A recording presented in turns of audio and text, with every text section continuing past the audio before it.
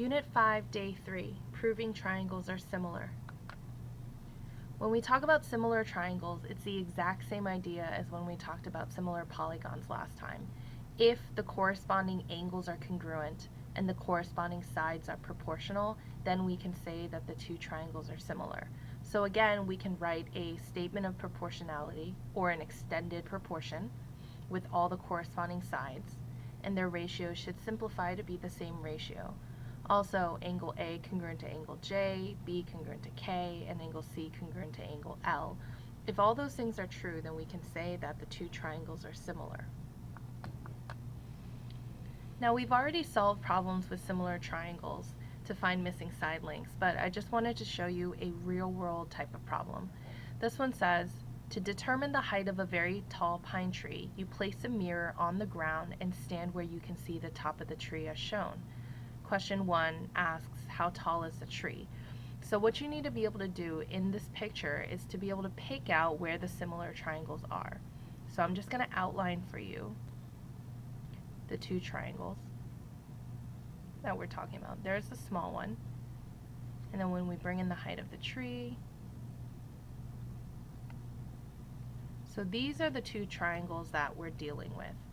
And the measurements we have already, the height of this is 6, this length is 2, this is 24, and then we're actually looking for the height of the tree. So we can label that x or whatever variable is your favorite. Now, we're going to use exactly what we did last class to set up the corresponding sides, to set up a proportion so that we can solve for this. 6, the height of the person, corresponds to x, the height of the tree. The distance the person is away from the mirror is 2, so we're going to put that on top. Then the distance the tree is away from the mirror is 24. That goes on the bottom. So when you're setting up your proportion, just make sure that you have that 6 and x are the corresponding parts, 2 and 24 are the corresponding parts, that 6 and 2 belong on the same triangle, and x and 24 belong on the same triangle. Now, once we set up that proportion, we can cross multiply and solve. So once we cross multiply, we get 2x is equal to 6 times 24, which is 144. Then we divide by 2. This cancels out, and we're left with x is equal to 72. So the answer to this question is the tree is 72 feet tall. So this is our final answer. So when you're dealing with real-world problems, the other thing you need to remember is that you need to have units of measure. The second question, it says, your sister wants to see the top of the tree also. However, she is only 4 feet tall. Leaving the mirror 2 feet from her feet, how far from the base of the tree should the mirror be placed? So I know this is a lot of words of stuff going on, so this is what we're going to do. We're actually going to set up another picture that's similar to this one, because it's the same idea. You have someone standing a certain distance away from the tree. Okay. Now, when we set this up, you need to make sure that you're labeling carefully, and we can use our initial diagram as a guide. It says that she is 4 feet tall, so this is the height of the person. The mirror is still 2 feet away from her feet, so that's this distance. The question is, how far from the base of the tree should the mirror be? So that's asking from the mirror to the bottom of the tree, how far is this? So I'm going to put that as y for this length right here. Now, it seems like we don't know what this measurement is, but in the very first part of the problem, we actually found that the tree is 72 feet. So we can add that here. Now, we can set up a proportion. Again, 4 and 72 are the corresponding heights.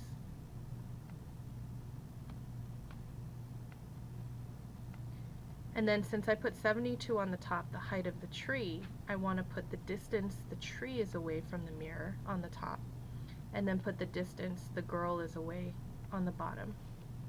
Now, we can cross multiply. We get 4y is equal to 2 times 72, which is 144. Then divide by 4, and we get y is equal to 36 feet. So the answer to the question is the tree is 36 feet away from the mirror. Now we're going to talk about how to actually prove two triangles to be similar. So the question is, what is the minimum amount of information we need to prove two triangles similar? There are three postulates that help us determine if two triangles are similar. So this is going to be just like last unit when we proved two triangles to be congruent, and we use the postulates SSS, SAS, ASA, AAS, and HL. So it's kind of going to be like that, but there's a little bit of a difference when we're trying to prove triangles similar versus congruent. The first is angle-angle similarity postulate, or AA. If you have two angles of one triangle, angle A and angle C, congruent to two angles of another triangle, angle J and angle L, then that is enough information to say that the two triangles are similar. So just like it says AA, all you need is two pairs of congruent angles to say that the two triangles are similar. In side-side-side similarity theorem, or SSS, if the length of the corresponding sides of the two triangles are proportional, then the triangles are similar. So if you know side AB, and when you compare it to the corresponding side JK, and you set up that ratio, equal to BC over KL, equal to the ratio of CA over LJ. So this is that statement of proportionality, or the extended proportion that we set up last class. When you do this with the three sides that you have, if all three ratios simplify to be the same ratio, then that's enough information to say that the two triangles are similar. This is the last one, side-angle-side similarity theorem, SAS. If you have two sides of one triangle, this green and blue side, proportional to two sides of another triangle, so we have AB over JK is equal to AC over JL, and the included angle, so we're talking about that angle that's sandwiched in between the two sides that you have. If that's the information that you have, then you can say that the two triangles are similar.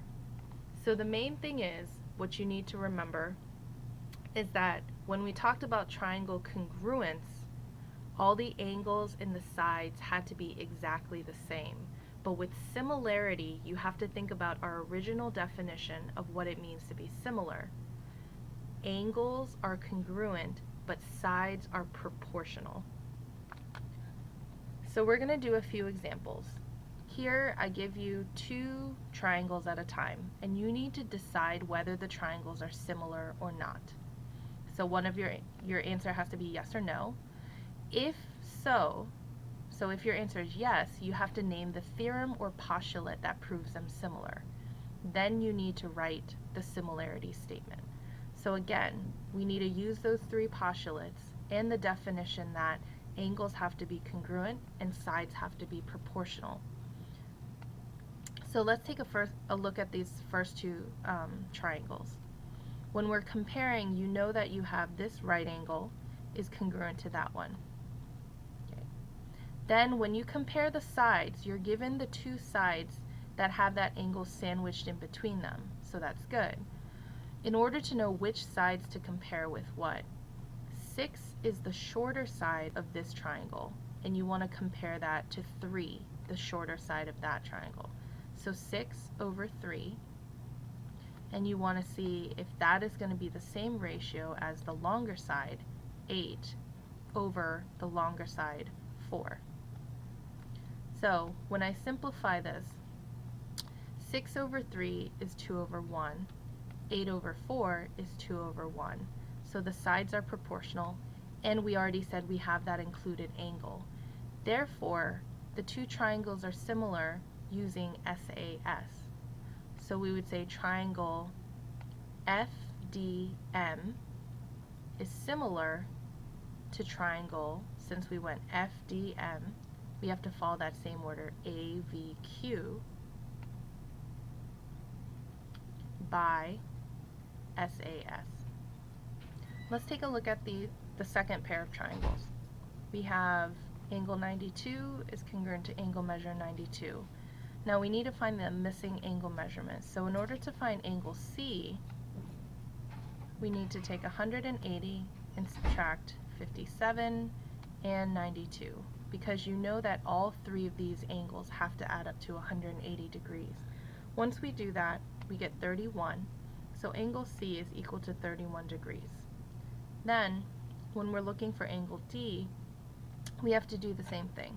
180 minus 92 minus 41 leaves us with 47.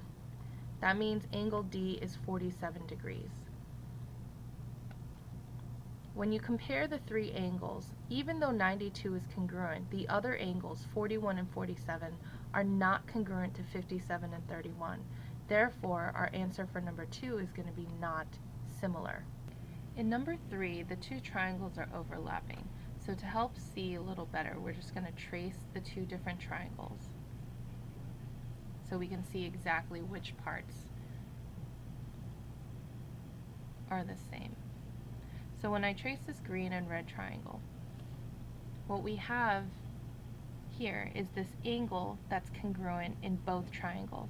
Angle N is exactly the same in the green triangle and the red triangle. That's using the reflexive property.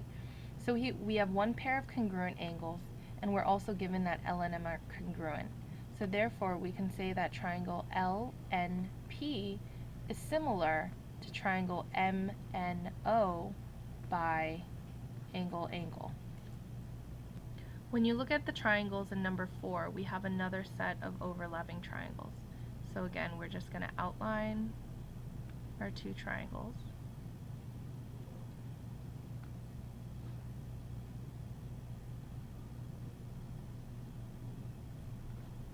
And then if you notice a couple things here, we have this angle C is exactly the same in the green triangle and the red triangle. Also, if you look at BC, it's marked with 1, AB is marked with 1. That means that whatever the length of BC is, AC is going to be 2 of those. So AC is twice as long as BC. On the other side of the triangle, DC is marked with 2, ED is also marked with 2.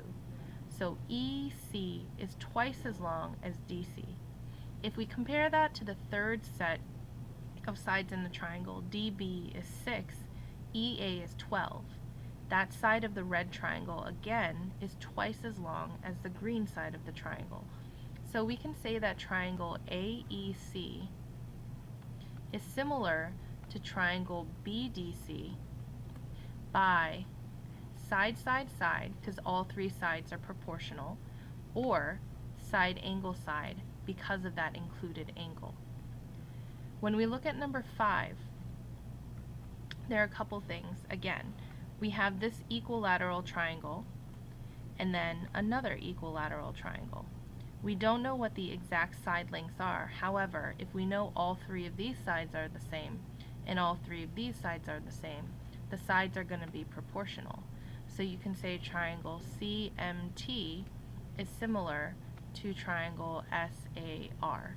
It really doesn't matter what order the letters go in, since both of them are equilateral triangles, by SSS. The other thing you should remember is that equilateral triangles all have angles that are 60 degrees. So all of these angles are going to be congruent, so they can also be similar by AA. When you look at this last set of triangles, you have those arrows that tell us these lines are parallel. Then we have these two different transversals. This one to give us a pair of alternate interior and congruent angles, and then we also have this one to give us another pair of alternate interior congruent angles. Lastly, you should remember that vertical angles are always congruent. So therefore we have 3 sets of congruent angles in the two triangles. Then we can say that triangle MAT is similar. Since we went blue, green, purple, we need to go triangle blue, green, purple, by angle, angle.